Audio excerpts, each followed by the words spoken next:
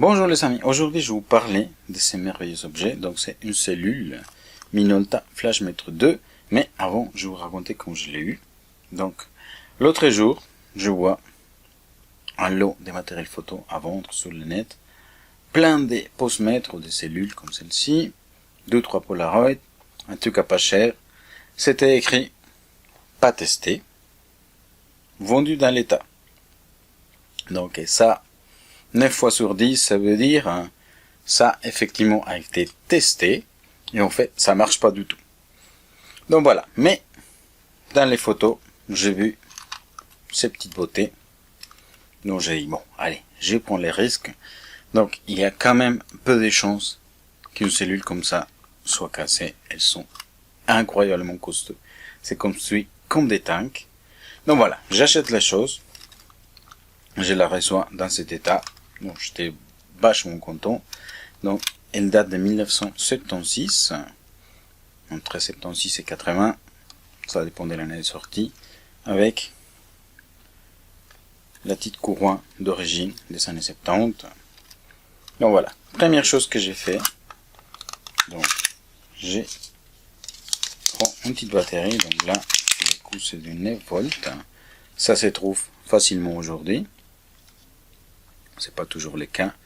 Dans les lots, il avait un posemètre aussi, un Gosen assez intéressant que j'ai toujours pas pu tester parce qu'il me faut commander une batterie PX13. Donc voilà, un truc qui ne se fait plus et assez compliqué à trouver en remplacement.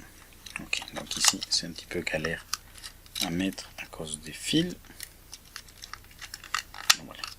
Et une fois que vous arrivez, donc j'allume la chose, moment de suspense, et là j'obtiens une lecture. Donc là vous voyez un 22.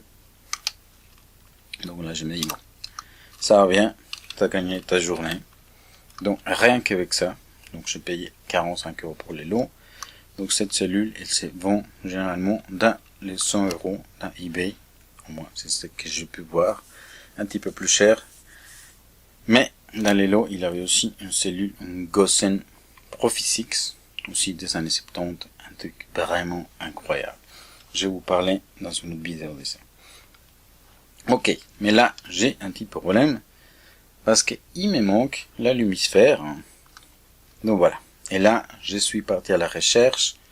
Ne me demandez pas pourquoi, vous allez me dire pourquoi tu n'as pas acheté un bon état tout de suite.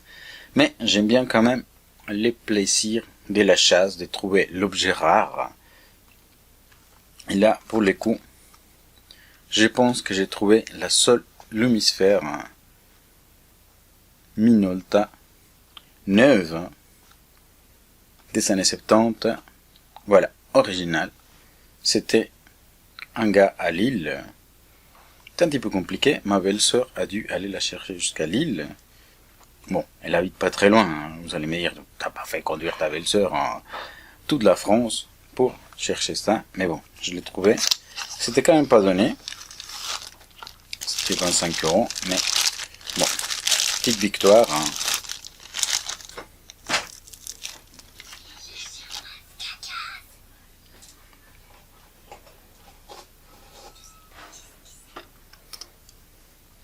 Ok, ça c'était ma fille. Donc voilà, donc j'ai trouvé ma petite lumisphère d'origine, et là ma cellule est complète. Ça, je pense que je peux le garder pour la collection. Bon, c'est juste une boîte de carton, vous allez me dire, mais original des années 70, donc elle a au moins 40 ans. Ok, donc j'ai ma cellule qui est complète maintenant. Donc là, du coup, je vais faire un test. Donc, ok. Et ça, c'est un truc, une tendance que les gens ils sont à croire, que comme c'est un flashmètre, ça prend pas des mesures ambiantes, mais on fait, c'est faux. Donc au moins celle-ci, si vous mettez en mode corde, donc qui veut dire que vous attachez un fil pour activer les flashs et vous faites une mesure, vous allez obtenir la mesure ambiante. Donc là, pour les coups, vous allez avoir 8. Donc il faut maintenir pressé par contre. Donc 8 et un tiers de stop pour des paramètres en entrée, donc un temps de 1/30 et une sensibilité de ISO 200, donc que vous pouvez pas changer par accident. Vous devez vraiment presser sur ces boutons pour pouvoir la faire bouger. Donc ok, j'obtiens quelque chose. Je sais pas qu'est-ce que ça vaut. Donc je prends une petite cellule plus actuelle. Donc c'est une Minolta Autometer 4. Bon, actuelle, c'est un grand mot. Elle date de 1992 ou 92 si vous voulez. Donc voilà. Ici, je vais changer mon ISO. Comme ça, je suis pareil dans les deux. Et oui, je suis incroyablement fan de cellules Minolta. Elles sont super fiables et elles résistent très très bien dans les taux. Donc 200, et je prends le temps de 15 secondes sur les deux. Donc ici, je lance une mesure, donc je dois obtenir F11. Et ici, j'obtiens F11 un tiers. Donc normalement, les petits LED, ici, il doit s'allumer. Je ne sais pas si vous arrivez à les voir. Et les 11, je suppose que vous les voyez vaguement. Vous allez me dire, on voit rien du tout. Mais quand vous faites des mesures à faible lumière, croyez-moi, cette façon de montrer les numéros, c'est incroyablement pratique. Donc voilà. Donc maintenant, je sais que ma cellule est juste, donc peut-être fausse à un tiers de stop, mais pas grave, ici, je peux la régler de plus ou moins un stop. Donc ça, c'est déjà super bien. Donc on va mettre celle-ci de côté. Donc voilà. Donc je viens de vous dire, vous arrivez à faire des mesures des lumières ambiantes avec cette cellule. Donc elle est extrêmement simple à utiliser. Donc ici vous mettez les tons que vous voulez, la sensibilité de votre film ou de votre caméra digitale. Et ici, en échange, vous obtenez les stops que vous devez mettre dans votre objectif pour avoir une exposition correcte. Donc voilà. Ensuite, ça c'est les modes non-cord. Donc ça veut dire qu'ici, vous allez faire une mesure des flashs sans fil. Donc qu'est-ce qui se passe? Donc vous allez presser ici. Donc il y a cette petite lumière verte qui s'allume. Je pense que vous arrivez à la voir vaguement. Et ici j'ai déjà préparé un petit flash. Donc, et ici vous lancez votre flash. Donc avec les paramètres, il va me dire F8 un tiers. Voilà. Et après je pense qu'il prend également en considération la illumination que j'ai ici. Donc voilà, ça c'est pour la mesure flash. Et ensuite, vous savez encore un menu, que c'est la mesure multiple. Donc qu'est-ce qui va se passer? Donc vous allez presser les boutons, même histoire. Donc c'est LED vert, il va se mettre, donc ça veut dire qu'il est prêt. Et vous savez 90 secondes ou 90 secondes pour faire pour déclencher vos divers flashs auprès de votre sujet. Et lui, il va faire une moyenne de tous les flashs, ou bon, je sais pas si c'est la moyenne, ou s'il va garder la valeur la plus haute. Donc ici, j'ai fait un tir, donc j'obtiens F8 2 tiers.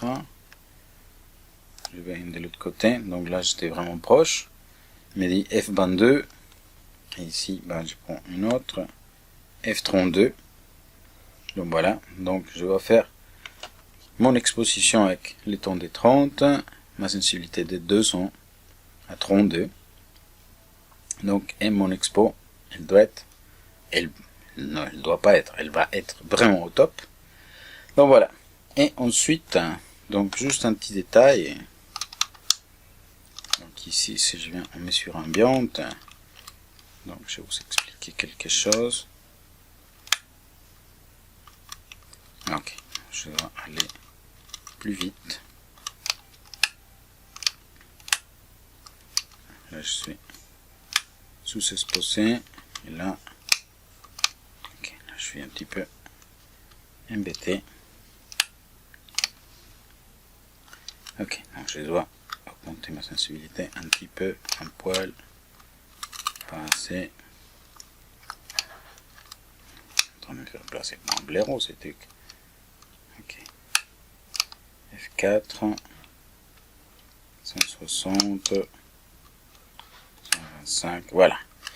Ce que je voulais vous montrer, donc c'est que la mesure, l'ouverture minimum qu'il fait, cette cellule, qu'elle fait cette cellule, donc c'est 2,8, F2,8.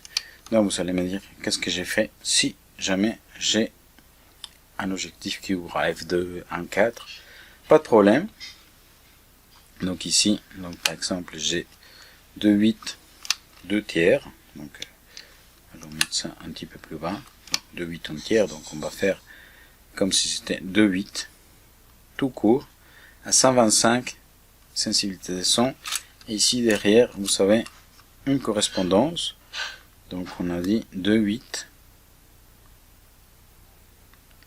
à 125, ici, donc, et vous allez obtenir la correspondance pour toutes les autres ouvertures, les combinaisons ouverture-vitesse possibles. Donc voilà, et comme ça, vous savez tout dans cette magnifique cellule.